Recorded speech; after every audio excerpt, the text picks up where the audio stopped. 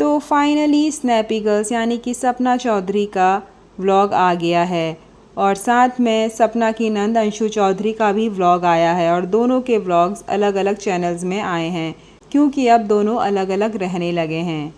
दरअसल सपना ने अपना ससुराल छोड़ दिया है और साथ में अंशु ने भी अपनी बुआ का घर छोड़ के अपने मम्मी पापा के साथ रहने का डिसीजन लिया है।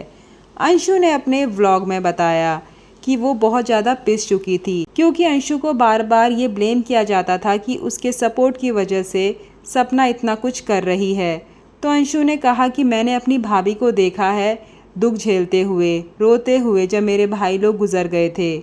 मुझे पता है कि उन्होंने कितना कुछ सहा है। अंशु कहती है कि आज मैंने उन्हें फ्री कर दिया और मैं भी अब फ्री हो गई हूँ। साथ में अंशु कहती है कि मेरी भाभी के साथ बहुत अच्छा बॉन्ड है जो मैं एक्सप्लेन नहीं कर सकती। उन्होंने मुझे बहुत छोटे से देखा है, मेरी केयर करी है और अपने बच्चों की तरह मुझे पाला है और ये सब बातें मैं नहीं भूल सकती।